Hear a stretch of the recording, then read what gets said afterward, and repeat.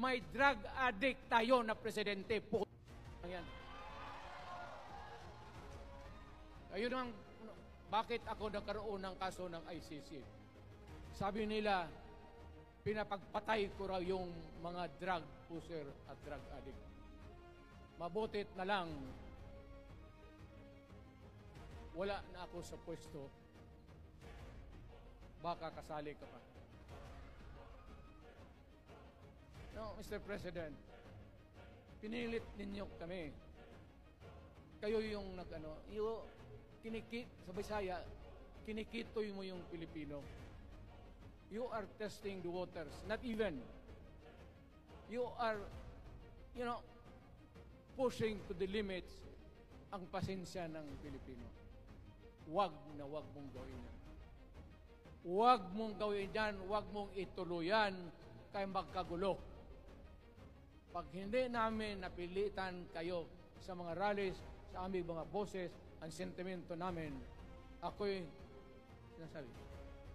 sinasabi ko sa military, nag-hemorrhage ang bayan, gastos dito ng gastos doon. Tapos kung mag-speech, ang pinag-usapan ang ubring Pilipino.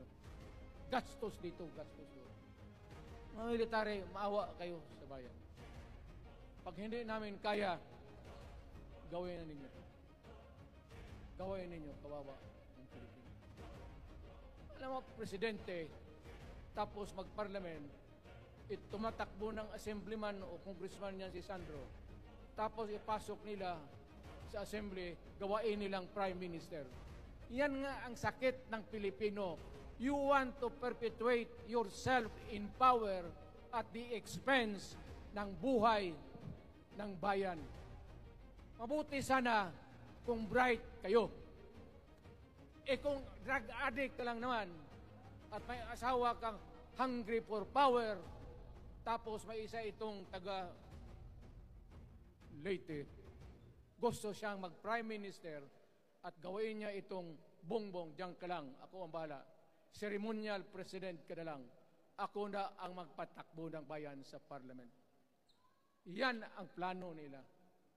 Yan ang hindi talaga matanggap natin. Kalukuhan niyang putang inang.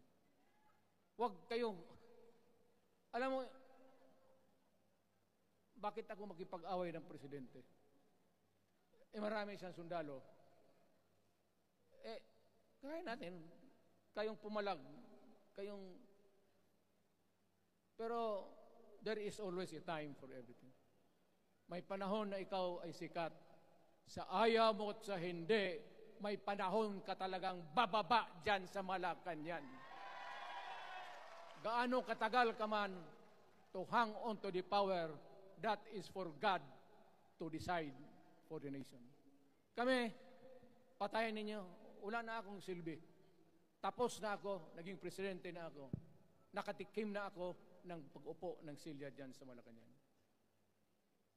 Ganoon na lang ang ang alaga ko sa bayan. Alam mo ba, tanungin mo yung lahat ng senador, magbisita sila, isang kanin, isang pork chop o isda, sabaw. Noong panahon ko, sabi ko, yan lang ang mapakain ko sa inyo. Walang steak kasi mahal yan. Hindi natin pera itong kinakain natin. Yan ang totoo.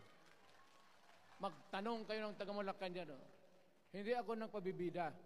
Sinabi ko lang, huwag ninyong kalimutan, Mr. President, ang delikadesa. Mahirap yan. Magkaroon tayo ng... Thank you for watching mga idol. Please like, comment, follow, and share. Bye-bye.